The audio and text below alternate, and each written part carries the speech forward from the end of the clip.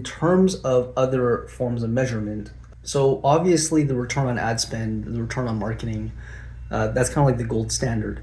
But with pretty much every single one of our clients, there's a sales cycle. So it's very, very rare that someone will see an ad and in that same session click on the ad, go to a website, look up a company they've never heard of before, and then just straight up do a checkout, like, and just make a decision on the spot.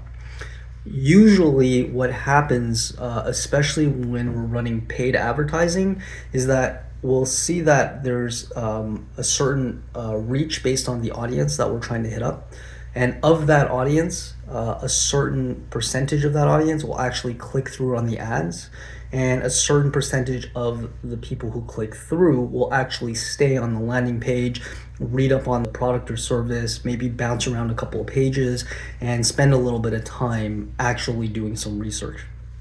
So, when digital marketing or when marketing people in general talk about funnels, it's because at the very top, you have your initial audience, which is very wide based on who you're trying to reach out to. That top of funnel is the wide audience of people who have just heard about you and are now either clicking through an ad or visiting your website for the first time. So at the very, very top, that's where you have the most people. As you narrow down, you're going to start writing to people that, they read up and they realize, oh, this is the wrong service. Oh, this product's not for me.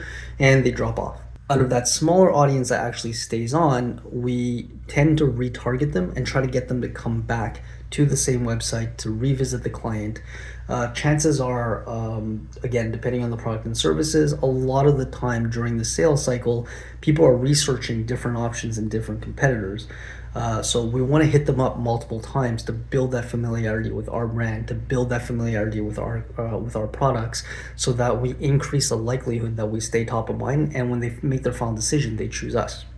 So further down the funnel, we want to see how many people are actually coming back and re-engaging with the products, re-engaging with the service. That's usually a good sign, because that means that at that point they've gone from initial attention to being interested in the product or service, and now they're coming back multiple times. There's some, at least a small amount of desire that they are interested in choosing your product or service as their final option.